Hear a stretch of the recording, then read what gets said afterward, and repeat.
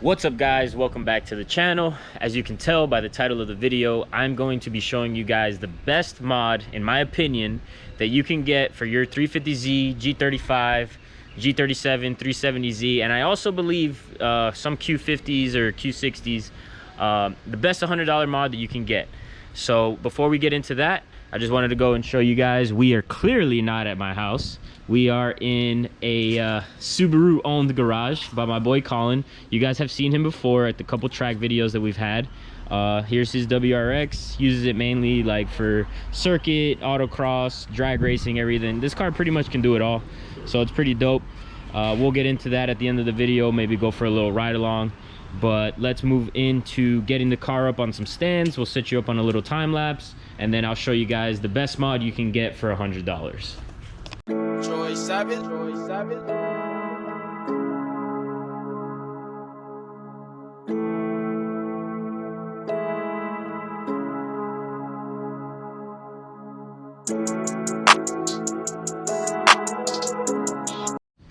Alright guys, so like I said, the best $100 that you could spend on your Z or G chassis, in my opinion, is a Bell Raceworks diff brace.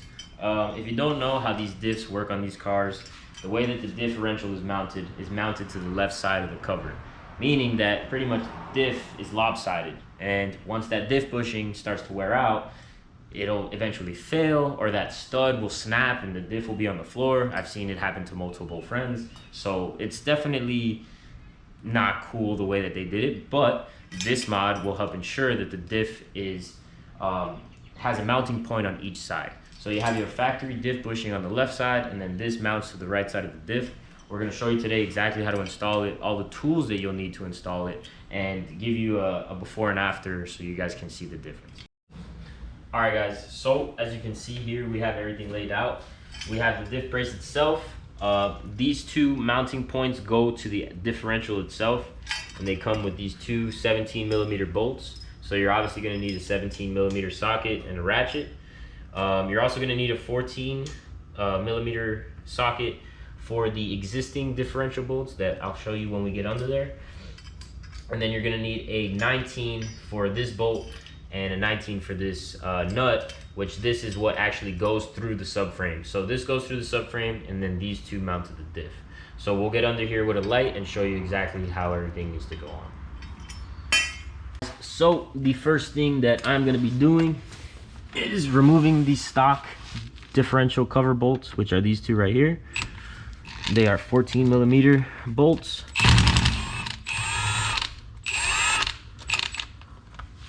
There's one. Boom, there's two. So now that we got those out, we have access to put in the bolts provided with the Bell Raceworks diff. And as you guys can see up here, as I was talking about on the diff brace, this is the upper mounting point. So that's the one with the sleeve, and you're gonna slide the sleeve in through here, and then the bolt goes through the diff brace, through the subframe, and then gets bolted with a nut in the back. So let's get the diff brace mocked up. Set you guys back down. Boom, boom. So here we're gonna take perfect. Now on the sedan, it might be a little bit more of a pain because you have this kind of trunk section, where on the 350Zs and on the coupes you don't. So let's put the sleeve in and then see if I could just angle the bolt enough to get through.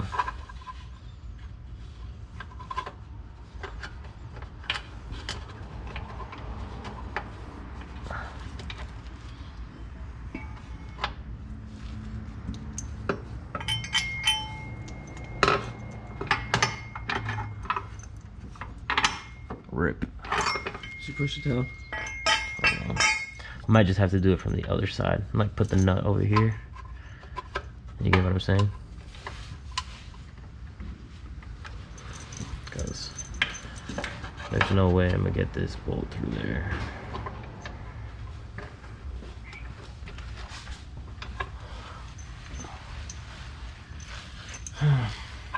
Well, 20-minute job now might be a 30-minute job.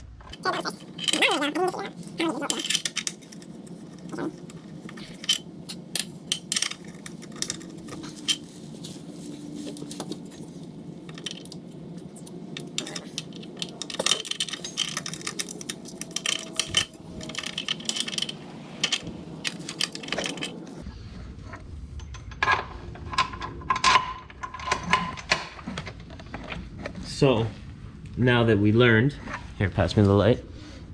Because of this G37 stupid ass trunk thing, I had to run the bolt through the backside. Usually, like on my Z, I have it ran with the bolt head on this side because it's easy to slip in. But I guess because the sedan decided to be stupid, we had to run it the other way. So that shouldn't really interfere with anything on the installation. You just have to run that bolt the other way if you're putting it on a G35 sedan. G37 sedans may vary because I believe their subframes are different than these, and it's a completely different brace, but you never know, so just beware of that. All right guys, so you can see that it is now mocked up. I got these bolts started on the diff side, and then I got that bolt up there started as well. So I'm gonna just set you up, tighten these down, and then the installation will be done.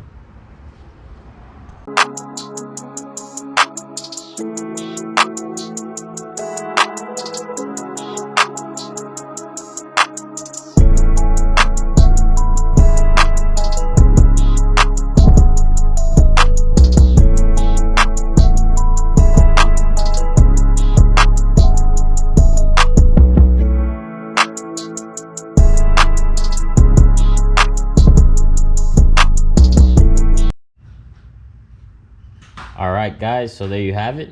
Pretty simple install, literally only took about 25-30 minutes. I had to, like I said, swap that bolt to the other side. Not that big of a deal.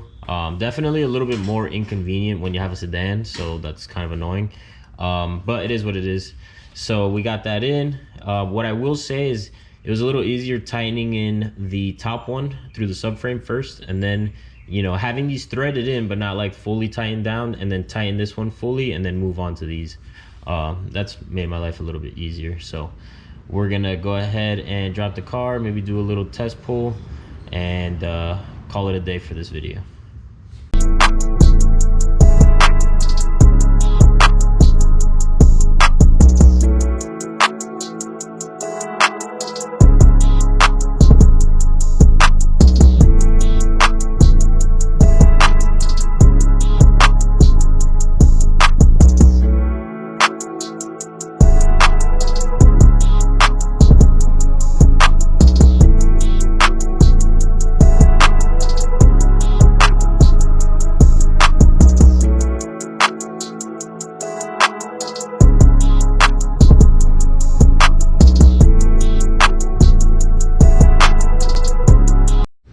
All right guys, so as you saw, finally got the diff brace all buttoned up, so we're gonna take that for a ride. But before we do so, is my buddy Colin's WRX, pretty fire. You want to tell me what you got here, pal? Because I don't know. So WRX pretty much, it's full bolt-on, stock motor, stock turbo, intercooler, TGV deletes, flex fuel. I run fully 85 pretty much all the time. Can take a bunch of chassis stiffening bits. And then we come back here, we can see the money shot. The money shot, he says. Wow, bro, this is a tin can, as people will say. Nah, I'm just kidding. It's pretty close there. It's like half gutted, all the way behind the driver's seat. So we're gonna take a little rip in this thing. I've been in it a couple of times, but I haven't been in it recently since he retuned it. So should be some more power there. But yeah, let's check it out. The car made 363, 338 at the wheel on the dyno. The car's tuned by STI Mikey. Right before the new Cobb regulations and update hit, Project Green Speed, I got the car retuned. That whole green speed thing, I mean, it's my opinion, but it's whack. You know, it's so stupid. I don't understand why they did that. But yeah, they screwed a lot of people over by, you know, selling. God damn, my ears. They screwed a lot of people over by selling a lot of flex fuel kits, and now they're gonna pretty much just be useless. But I was able to go the last week that the software was on the old update, and I was able to get a couple revisions done. And yeah, because you went from like like what, like 19 pounds to like 24 pounds or something like that. Yeah. So I mean, that's a big jump, you know what I mean? That's some power right there. I originally went just to get new revision for the high pressure fuel pump because my stock one went. Running fully 85, the stock high pressure fuel pump just can't take it, and after a couple thousand miles, it just like wouldn't even work anymore. Like I was going full throttle and the car wouldn't go anywhere.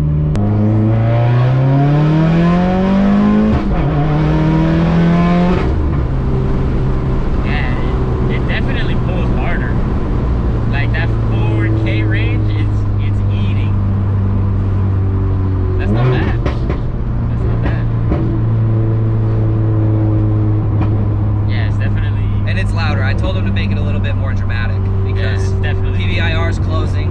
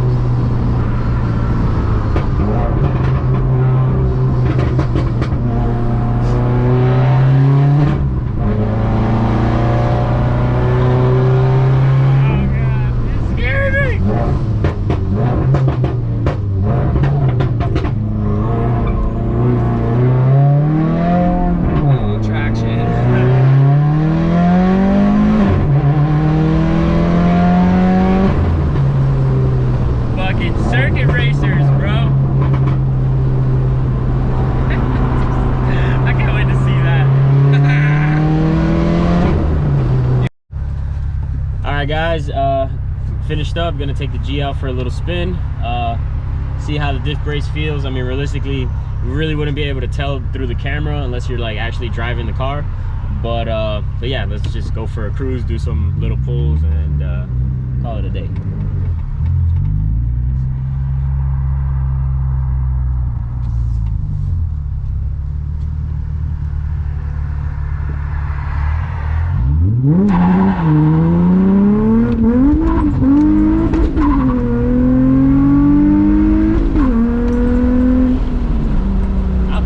This is a daily, right? Yeah, just a daily. Yeah, this is a daily. And this guy cutting me off on this Mexican road.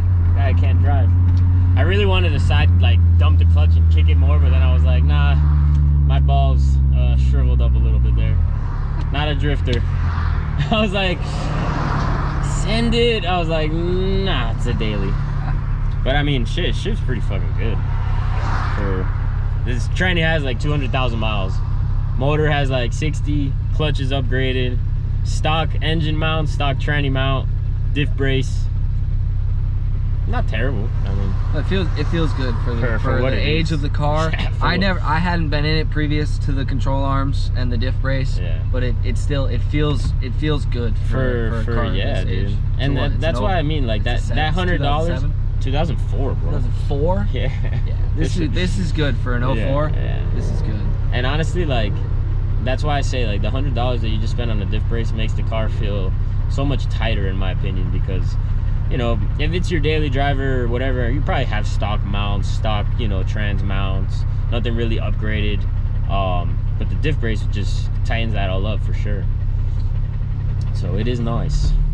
Oh, we got a little run with a Porsche here. You don't want that smoke? Let's see. Oh, he wants the smoke. He's slowing down. Oh, he wants it. I'm probably gonna get gapped.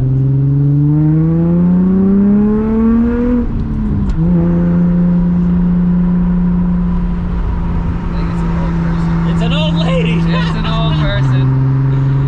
Sorry, ma'am. Please continue with your day. That's hilarious. Another beautiful day out here in Mexico. Sure. Alrighty guys, well, there you have it, closing out this video for today. Let me know what you guys think, if you agree or disagree that the Bell Raceworks diff brace is the best $100 you could spend on your Z or G chassis. Give me some other options maybe that you guys think are better. I definitely want to hear the feedback. So as always, guys, like, comment, subscribe. Thank you guys for watching. Catch you in the next one. Peace.